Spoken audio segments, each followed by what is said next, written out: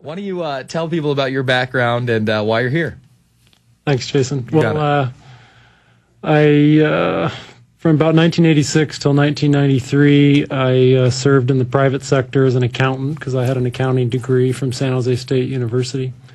And in the early 90s, I decided that the accounting world was very boring, and I couldn't possibly envision working as an accountant for another 30 or 40 years.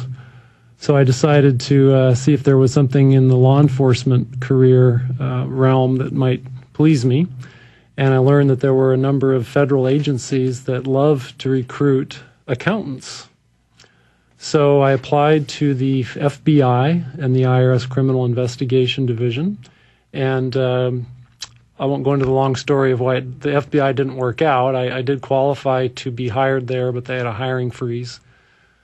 And in the meantime, the IRS Criminal Investigation Division contacted me in August of 1993, and I decided to accept their offer of employment.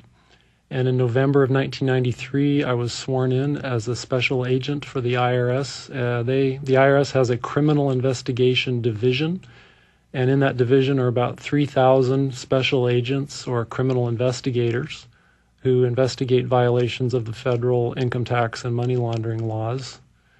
And so beginning in 1993, November, is when I started to do that job. And I intended to spend a full 20-year career doing that job, but about 3 years into it, became aware of some information that kind of changed my course. So how do you become aware of that information? I mean, you were telling me that some of these investigations themselves takes years at a time. I mean, you seem like you're a pretty cross the T's, dot the I's kind of guy, very busy, very intricate, very, focused. So how is it that you go from, I'm an IRS agent, I'm the guy that's going and prosecuting people, I'm putting information against them, to the guy that's saying, hey, wait a minute, this doesn't add up, what's going on here? It's just a matter of, like with most people, you're only aware of, you only know what you know, what's been presented to you, what you've evaluated.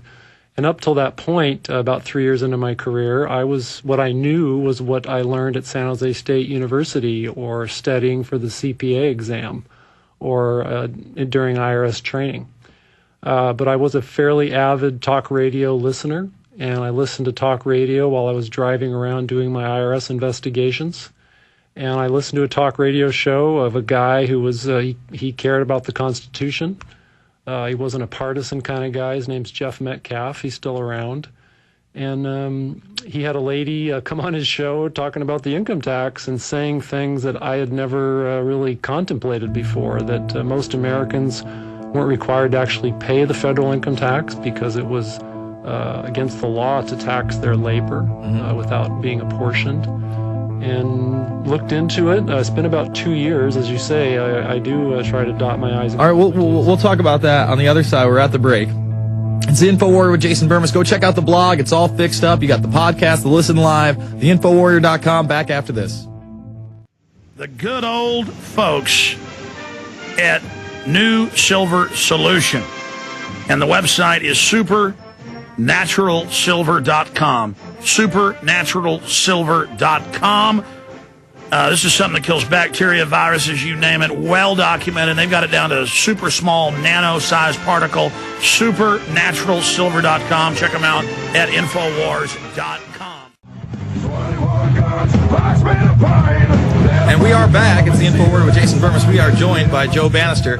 FreedomAboveFortune.com is the website. That's correct, sir. All right, so you're an IRS agent.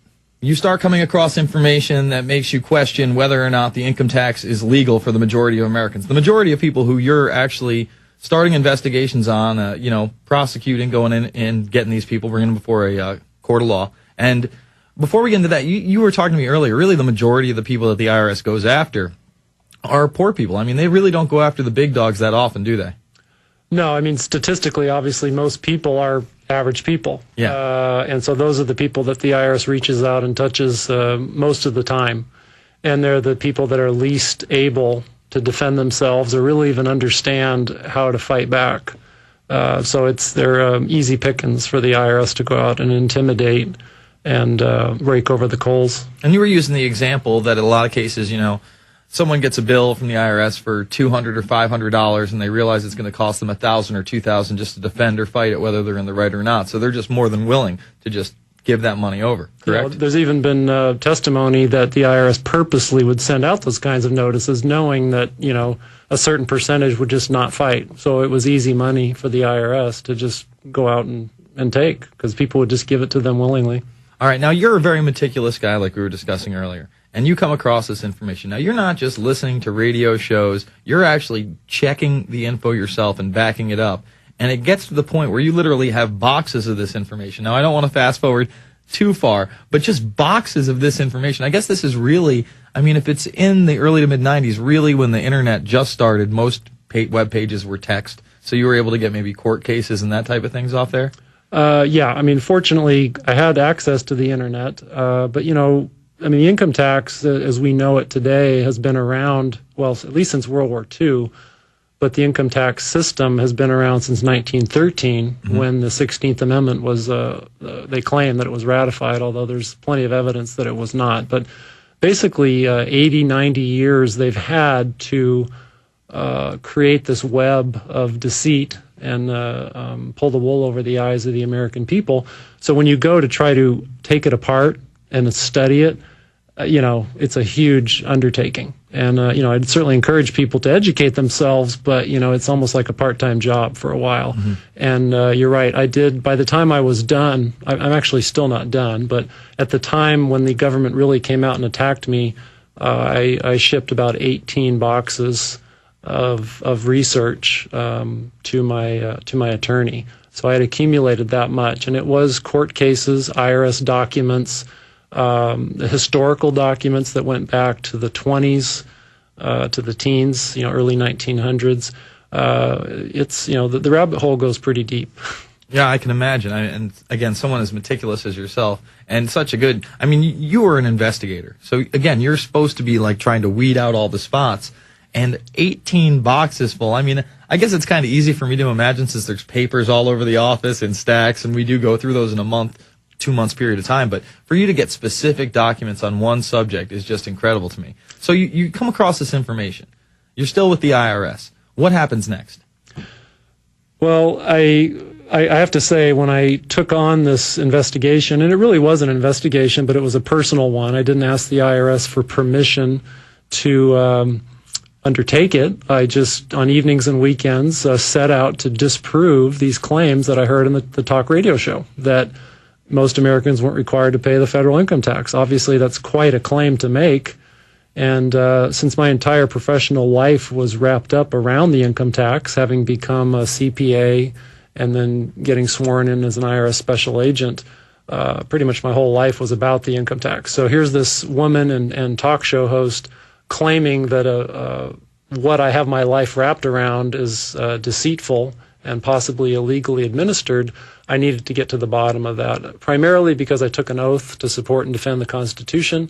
I took the oath to God, and you just don't take an oath like that lightly. So I just began to look into it and expected that I would find that the claims were baloney. But week to month to year, I just kept searching for the holes in what she claimed to be true, and I kept finding more and more evidence that what she said was correct. With documentation coming from the U.S. Supreme Court, from our Congress, from their own archives, this wasn't, the IRS had led me to believe as an investigator that a so-called tax protester or a INFOWARRIOR, they just put together a bunch of BS and try to hawk it to people and make money off of it. And when I investigated, I found that there was actually very thorough researchers, like yourself, like Alex, people that really care about an issue, and you hunt for the facts. You hunt for the evidence that's true. And that's what I found when I investigated the federal income tax, that these were truthful people. They did their homework. They were very thorough. And at the end of this 2-year period, I would go to work every day as an IRS special agent doing my investigations. But at night and on weekends, rather than watching football or playing golf, I was cracking books and making visits to the law library and trying to determine if the job that I had been given was actually helping the IRS steal from people. And does that starts to eat away at you, doesn't it? I guess. I mean, you're talking about, taking this oath to the Constitution against all enemies, foreign and domestic. Mm-hmm. Meanwhile, you're starting to figure out that you're going after the little guy who's really done nothing wrong on behalf of a criminal cartel. And that's when you decide to ask them the questions that you have after you've amassed all this information. And where does it go from there?